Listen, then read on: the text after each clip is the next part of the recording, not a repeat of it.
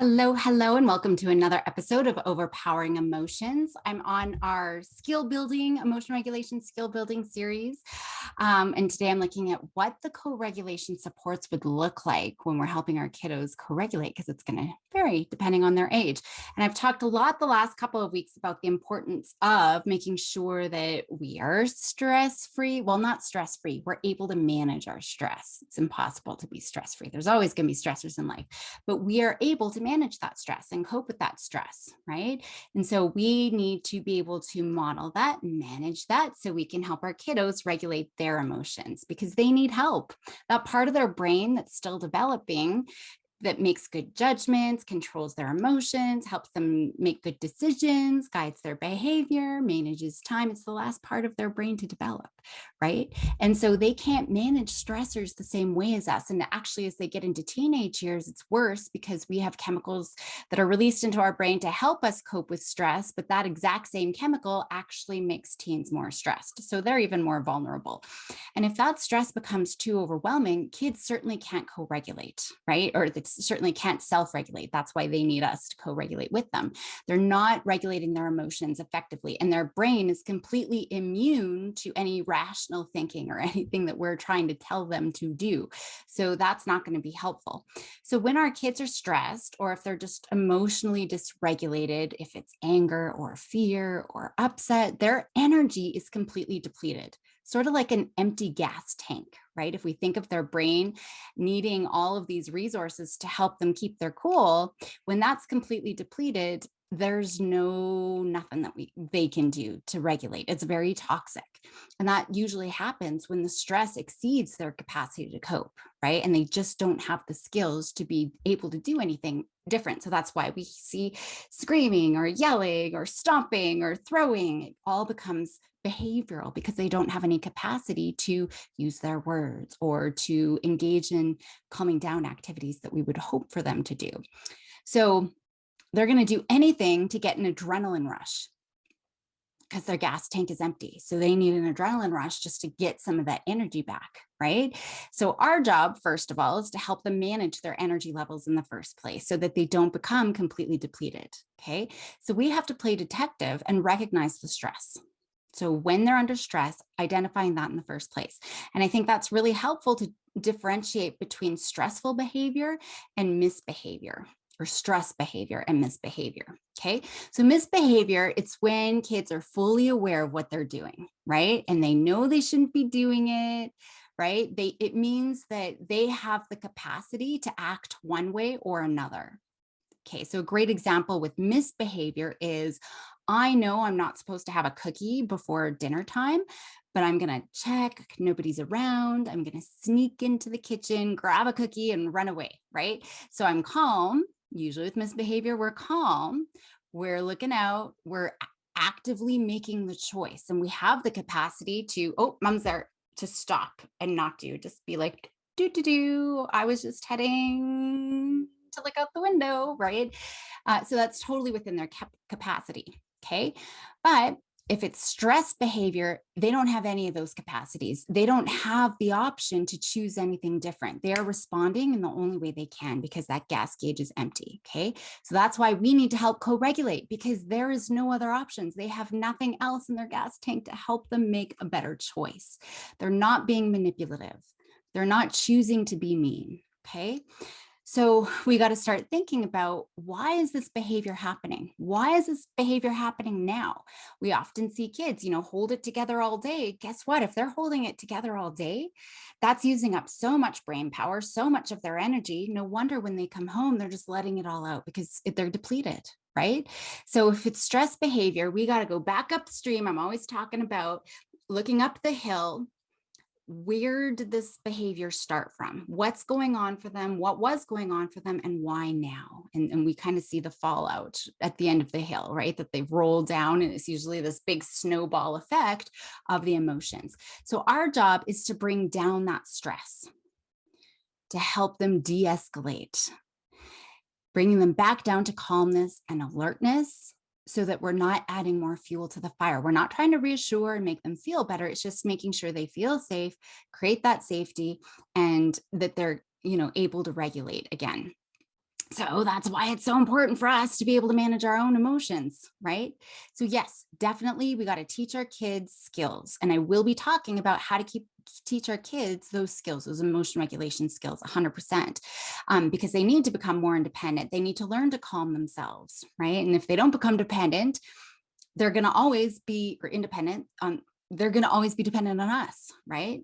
So that's why we got to focus on ourselves first so that we can make sure that we're giving them the space that they need to start being able to cope. So we really need to play detective on what's going on for the kiddo, but we got to focus on what's going on for me. Am I being patient? Am I being warm? Am I being responsive? Am I being open, right? Am I co-regulating? That's what I've been stressing for the past couple of weeks because it's so important, okay? Because we can't be helpful if we're not being able to self-regulate. If we're just getting snappy and just, go to your room, that's just going to escalate. So that's our job, is not to escalate the situation. We're going to maintain as much balance. So let's dig into the co-regulation. That's what I'm talking about today. So what does co-regulation actually look like? Okay, so again, we're essentially maintaining balance so our kids can cope effectively with whatever's stressing them out. It could be their sister who's making really annoying like different sounds. It could be their cookie just broke, whatever's stressing them out.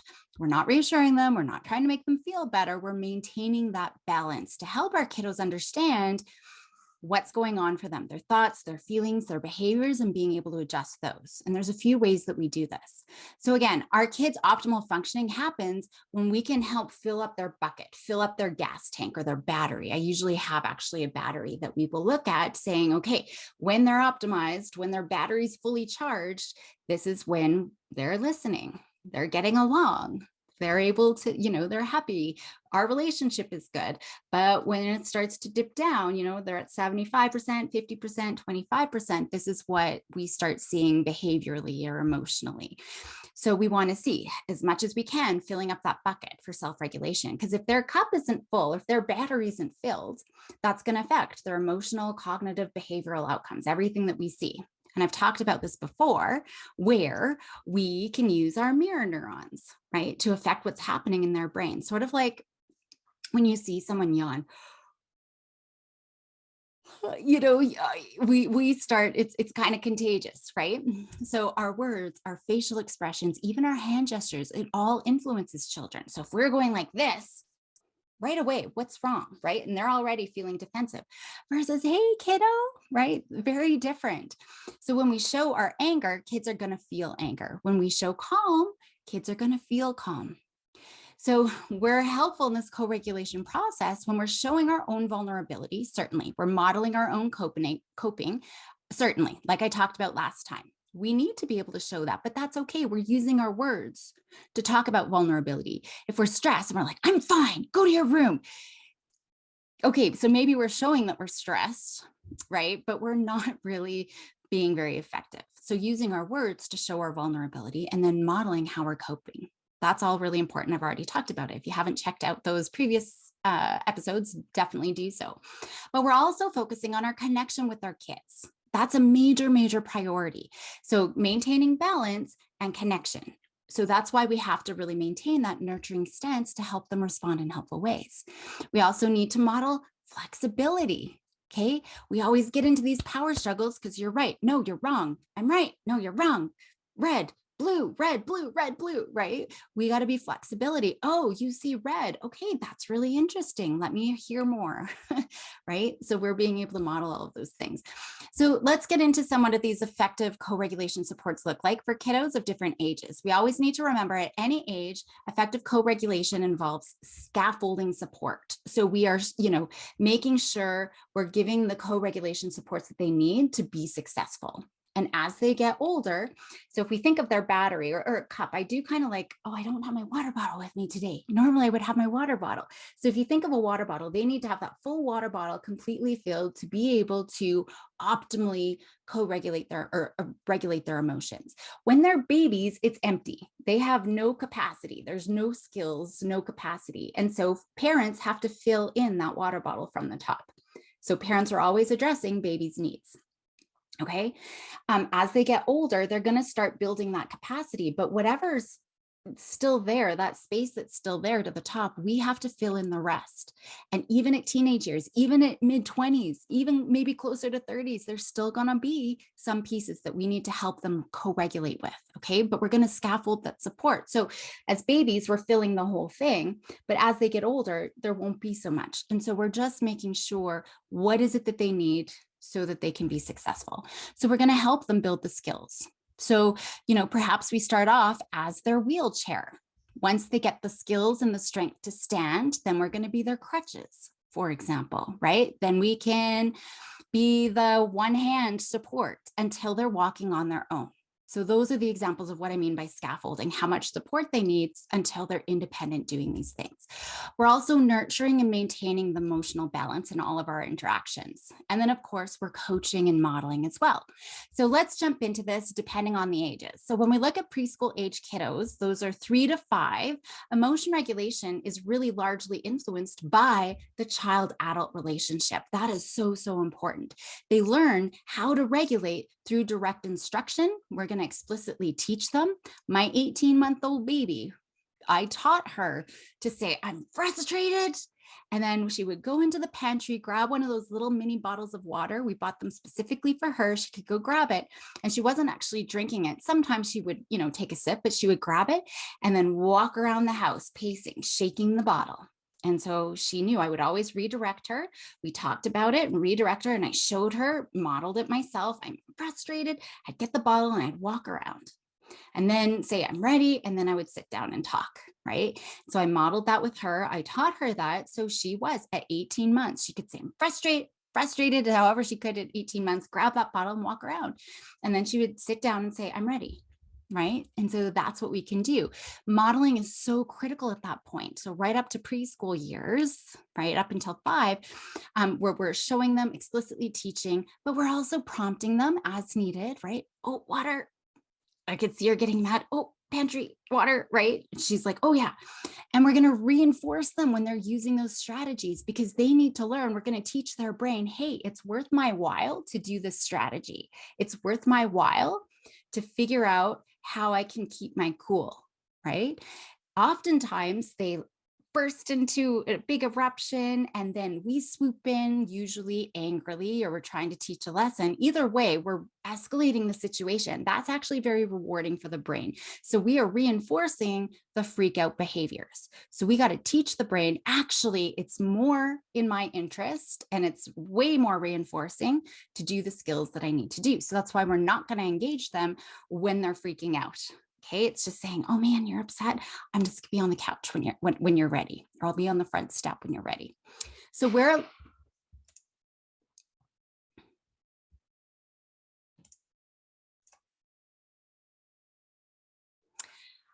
sorry, there was just a little drop. Hopefully nobody heard that.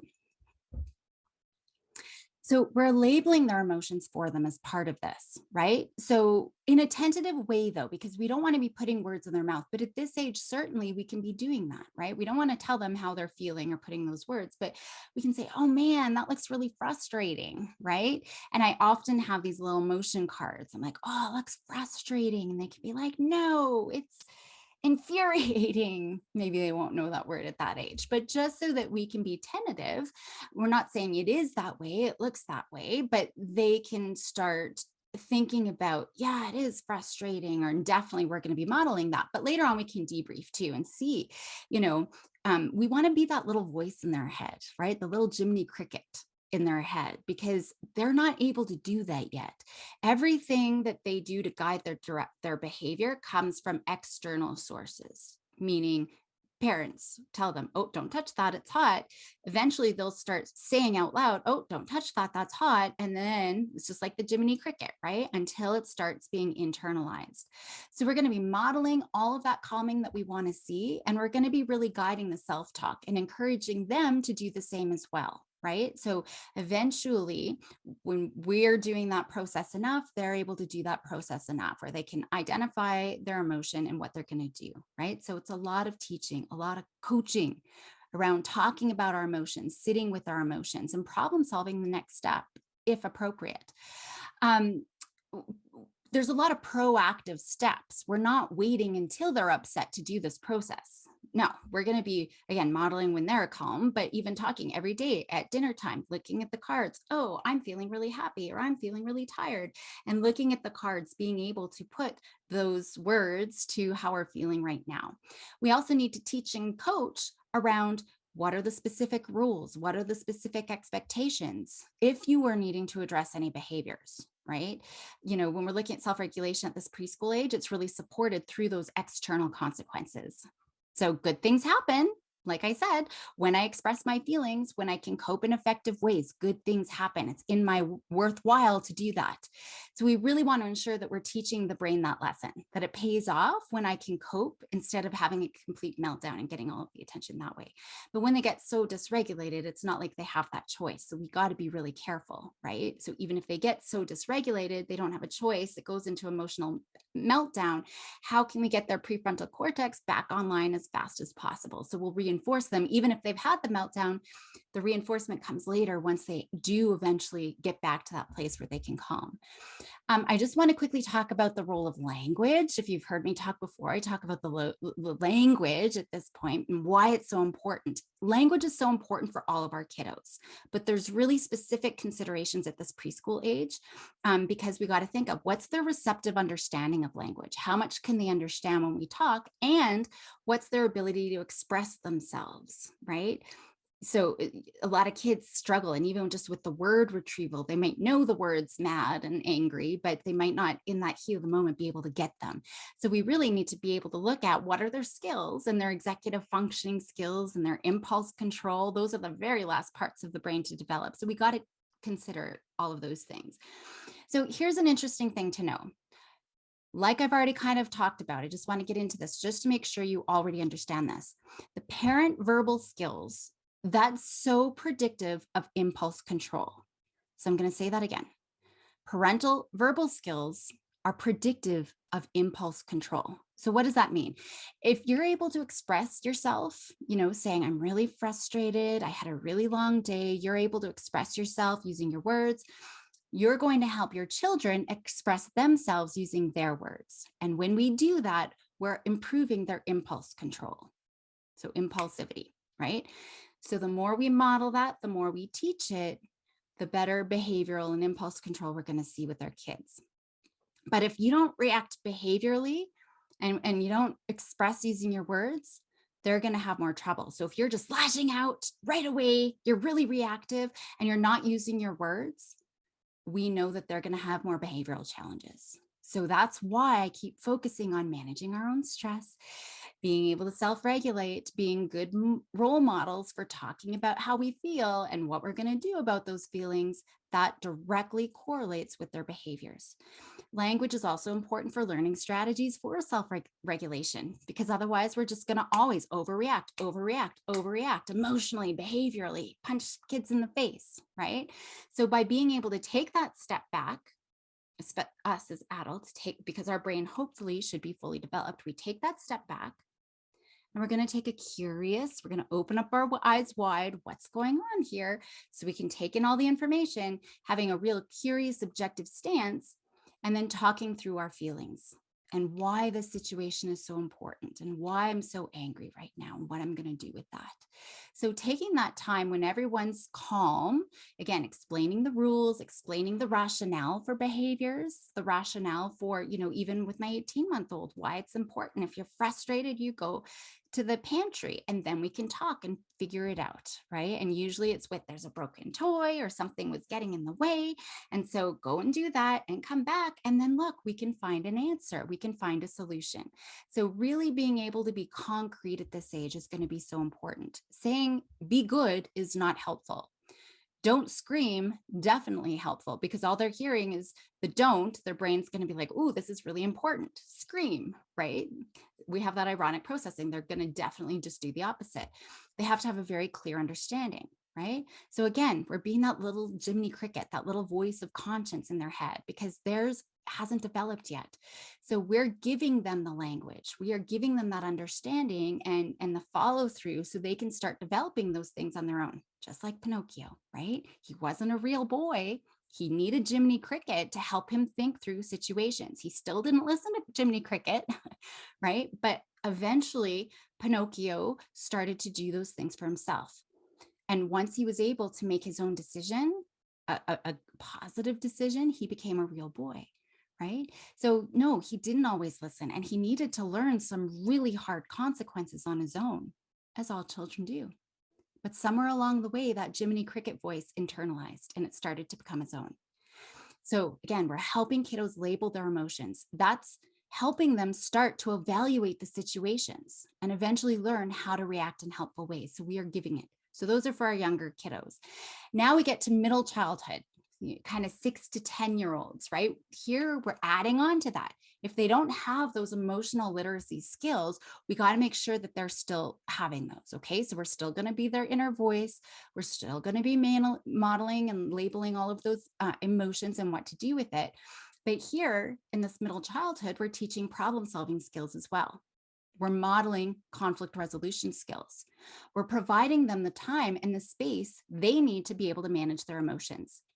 We're, again, modeling, prompting, reinforcing any skills that they're developing to show them, hey, this is worth my while. We're also really encouraging more and more independence, right? So getting things done on their own. We're not just jumping in and helping them or telling them what they're doing wrong. If they need some external motivation, that's okay, because that intrinsic motivation, that part of the brain is still developing. So that's important to think about. Now, we see this huge area of growth and regulation between those preschool and later teen years. There's a huge growth there in terms of their ability to manage their behaviors and their emotions and all of those kinds of things, right? We don't see a lot of growth in this middle childhood. We really don't, but it's still a really important time to be able to develop these skills, especially as they get into teenager years. They're going to need to relearn them when they get into teenager years, but this is such an important time for that skill development for those lagging skills. So at this point, it's becoming so important for them to start really internalizing that little Jiminy Cricket, right? And reflecting on their own thinking and reflecting on their own behaviors. So they need to be recognizing their own thoughts. They need to be differentiating their subjective conspiracy stories, that their trickster amygdala. I've talked a lot about this. The amygdala sucks us into an illusion of fear, or everybody hates me, or everybody's going to laugh at me. And it's just spinning our wheels, right? So we got to differentiate between those conspiracy stories and the objective facts, what's really happening. So they're starting to develop their awareness of, how do I react? What are my behaviors when I'm upset? How do my behaviors affect other people? They're starting to learn this a little more. They're starting to practice a little bit more flexibility, being able to control their impulses. So we're starting to see this skill development. But again, we got to make sure they're even at the point that they can identify, I'm upset, and can I label that? And then just take a little steam off. A lot of kids at this age still can't. So we kind of got to go back to the basics and make sure they have that. Now, it's at this stage too that they have to start understanding other people's perspectives, right? And seeing, oh, now I see why you don't want to play Monopoly, because you only had 10 minutes to come hang out. I don't know, let's just say, right? Understanding other people's perspective and being able to respond to other people appropriately. So we're helping them with the social problem solving piece too, right? So we're teaching them, we're coaching all of these skills. And every child is different, but we have to make sure that we identify what the skill is that they need and how do we support them with that. Now, kiddos are becoming more and more independent with their regulation, but we are still a huge, I mean, if we look at their battery, if it goes here, I'll go to my chin, and this is the top at my head, they're still here. So we got to fill in this much, right? And so they're becoming more independent with those skills, but we still need to add in all of this other pieces for the co-regulation to help them manage those difficult feelings, to help them problem solve those social situations, to be able to develop those executive skills. My dog is just scratching herself. I apologize. I usually don't have them in here for this reason, but home alone today and they're all whining, and so that creates a problem. Okay, so we are giving them the space to make important decisions in life. That's going to be really important. They need to learn that they need to self-monitor their emotions. They need to self-monitor their behaviors. We're that emotional coach that I often talk about. We can't do the behaviors for them, right? They need to be able to do those, but we're scaffolding and as proactively as possible, helping them build the skills that they need. And of course, there has to be consequences to their decisions, positive or negative, right? The negative are usually, kind of punishy things, which are natural consequences. If you scream at your friend's going to want to go home and not want to hang out with you for the next little while, right?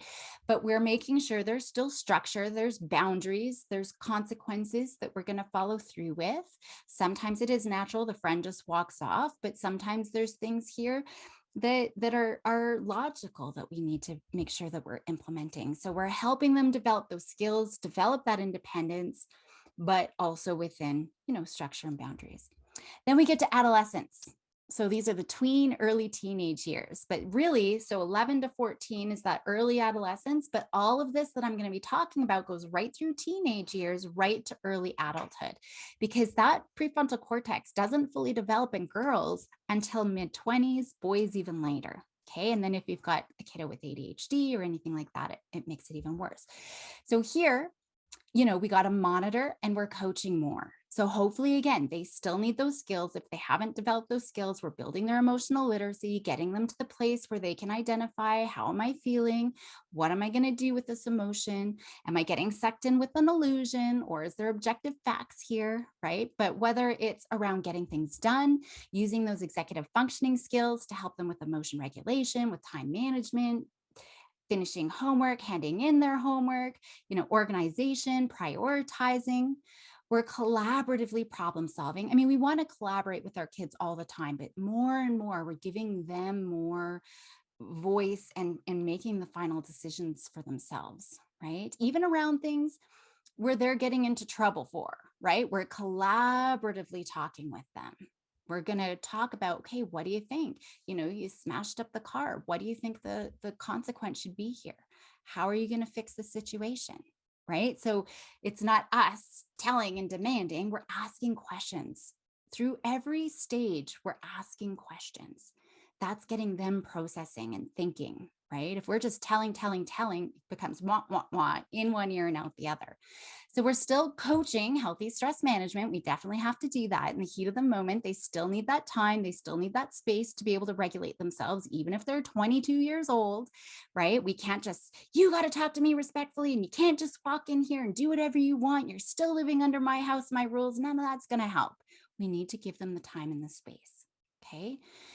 When they're less emotional, we're really encouraging them. We're really helping them to make their own decisions and evaluate those decisions and what the outcome should be then afterwards. Again, we still have to set important limits, right? Especially to minimize as they get into these teenage years, their brain is really all about reward seeking, and they start doing risky behaviors. So we need to reduce the reward seeking behaviors. So that includes screens. And I've been on screens a lot. I've talked about that just on a side note, but I won't get into it much more. Definitely check out previous episodes where I talk about screens, one specifically devoted right to that. But we're still there to reduce that emotional intensity. So even though if we're looking at their bucket, right? They still need some space. And here it's even harder for them to co-regulate. So it's almost like we need to give even more than we had in the past. And I think that's really important. We expect them as they're getting older and now all of a sudden they're 18, we expect them to just be able to do it all themselves. It just doesn't magically happen. That part of the brain is still developing.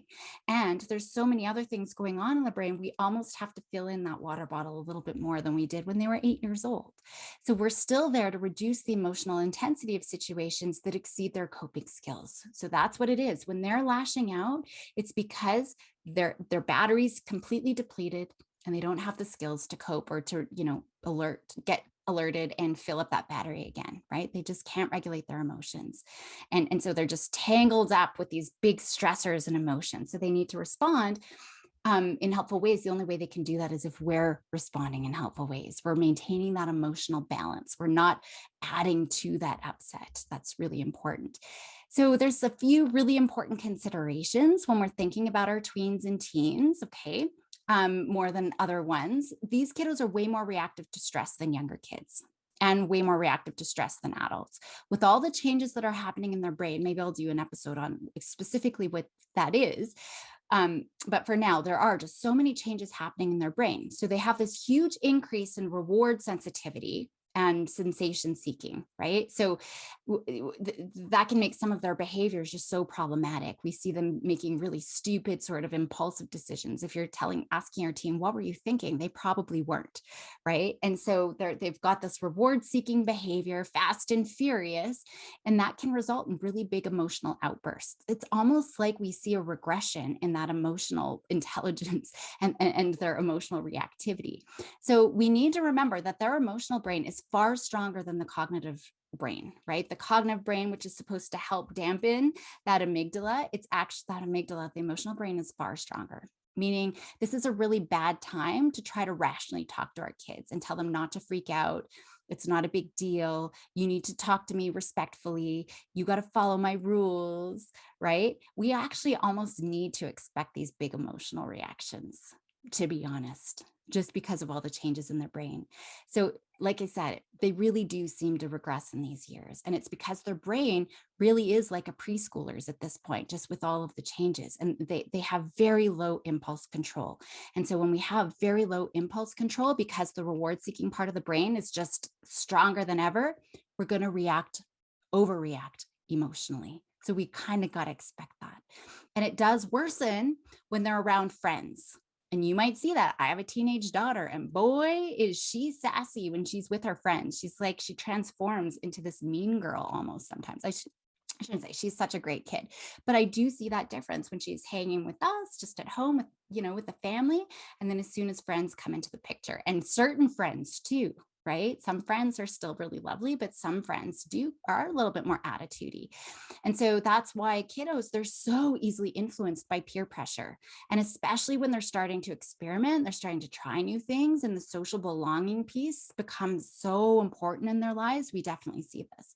So really the main thing to remember with these tweens and these early teens is that self-regulation is all out of balance. And it's even harder for them just because of all the changes in their brain. They're far more vulnerable to anxiety, to depression, to risky behavior, self-harming behaviors than any other stage in their development.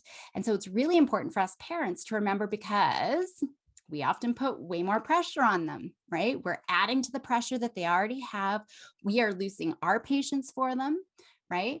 And usually even more so than when they're 8, because we think they should be growing up. They should be getting better. You're an adult now, or close to being an adult, but they just don't have the capacity. They have poor capacity even to know that, certain things are a bad idea. An 8-year-old can say setting your hair on fire is a bad idea faster than a teenager. Truly, their brain is kind of wonky. So our support is to be there for them. I mean, our support for them is way more critical now than it ever was before, right? And so when we're looking at how to cope effectively, they need us more than ever. Maybe not from when they were babies, but now is still just an important time. Those preschool years and the teenage years are the most important time. We need to be there to support them.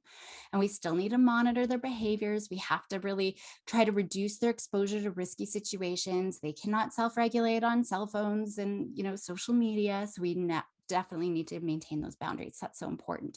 The key to success for all ages, and especially our tweens and teens, is our relationship. Again, we must maintain that balance, the emotional balance. And our goal is always connection. Any lessons or consequences come later. Okay. So if we ever want to have any hope in helping our kiddos learn to regulate their emotions and cope effectively, that's always the goal. Maintain emotional balance and focus on our connection. Their ability to develop that emotion regulation, it's through those positive relationships. That's why it's so important for us to be able to change our own behaviors first, making sure that our interactions are as positive as possible, positive attention, even when they're upset. And that's why I focus so much on the systems piece, right? And then managing our own stress as parents.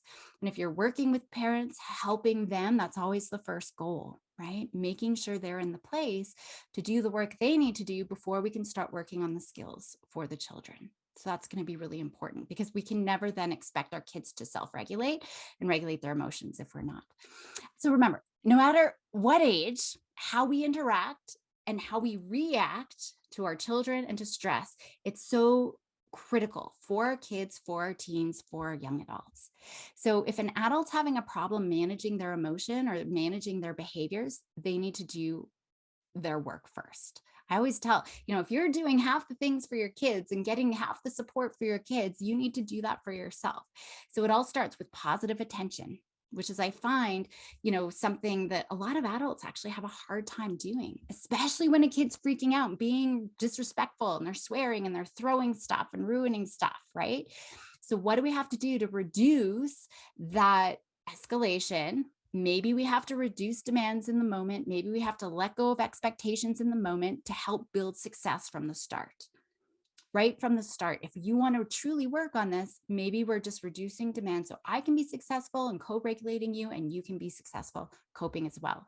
Because if they're never experiencing success, for example, managing their emotions, especially at the start, they're never going to experience success. They kind of get into this loop: fail, fail, fail, overreact, overreact, overreact, trouble, trouble, trouble, punishment, punishment, right? But we need to get success. I can cope, positive relationship with my parents, success, success. We just got to get them into that success loop, right? And then we can get them out of the habit loop of the big old emotional meltdowns, right? Because that's what's happening. They're just in this habit loop. Stress trigger, meltdown, stress trigger, meltdown. We got to get them out of that loop. So that's the first step, right? Establish the relationship, that positive attention for at least 2 weeks. For sure, for 1 week until next week. I'm giving you homework every week. So that's the one. How do we establish the positive relationship? If there's a big stressor, how do we focus on our connection and positive attention? I know it's so hard, but one of the first tasks I usually give parents is to maintain a neutral response, ignore any problem behaviors, and avoid giving any corrective feedback for a week. Ideally 2 weeks. No corrective feedback. It's so hard. The first 48 hours are so hard for parents, but it's just to create, it's not that you're going to forever then not have any expectations for your kiddos, but it's just about not giving corrective feedback for a little bit amount of time. It's only a week or two, right? Then you can start adding, but there's a couple of things that end up happening. I mean, and when I say corrective feedback, it's even, hey, bud, can you just move your plate away from the edge of the table? Hey, bud, can you just, close your blinds or turn off your light, whatever it is, right? Just let it go, because we want to create a strong baseline from which we can start with. That's going to be really important. So when we have that baseline, we can start building skills and we can start working on parent skills as well. Like I said, it's really hard for parents, but it makes all the difference in the world, because changing how we interact with our kids, it's going to help reduce the stress in the first place. And now parents can start seeing, oh, look, everything comes out of my mouth is an egg. Like 95% of what comes out of my mouth is some sort of corrective feedback. No wonder my kid is feeling defeated and feeling like he can never do anything good enough and is always freaking out at me because I'm always nagging him. So it's huge for parents to be able to see how much corrective feedback they're giving their kiddos. And then they can start prioritizing what's the most important. What's really affecting me? Yes, we'll get to the place where they turn off the lights after they leave the room, but is that the most important at this point? So we can start building that relationship so we can have a strong foundation to start building skills, which I will be getting to in future episodes. Then we can get to collaborating, creating very explicit rules, creating very explicit expectations based on the most important things. And then we're providing opportunities for success later on, which I will be getting into in future episodes. But I'll leave it there for today. There's lots of information to think about. In the next episodes, I'm definitely going to be getting more into exactly how we can be helpful in our responses, how we can set up the environment for our kiddos to be successful, and then, of course, into specific skills kiddos can start doing so that they can promote their ability to self-regulate, to manage their emotions. But for this week, it was really just understanding that battery. If they're freaking out, stress behavior versus misbehavior. Misbehavior, they're usually not freaking out, right? They're kind of being sneaky. Stress behavior, they don't have the capacity. Their battery is depleted. So we need to help them build those resources and give them the space to be able to recharge. So for this week, think about how you can be a little bit more effective in supporting the co-regulation. So thank you for joining me today. As always, if you want to deep dive into these topics with me, check out my anxiety compass mastery training programs. It's good for big emotions. I know it says anxiety in the title, but it's really good for all big emotions. So definitely check that out. I've got one for professionals, one for parents. Goodbye for today. Help those anxious kiddos be bold and courageous, and I'll see you next week.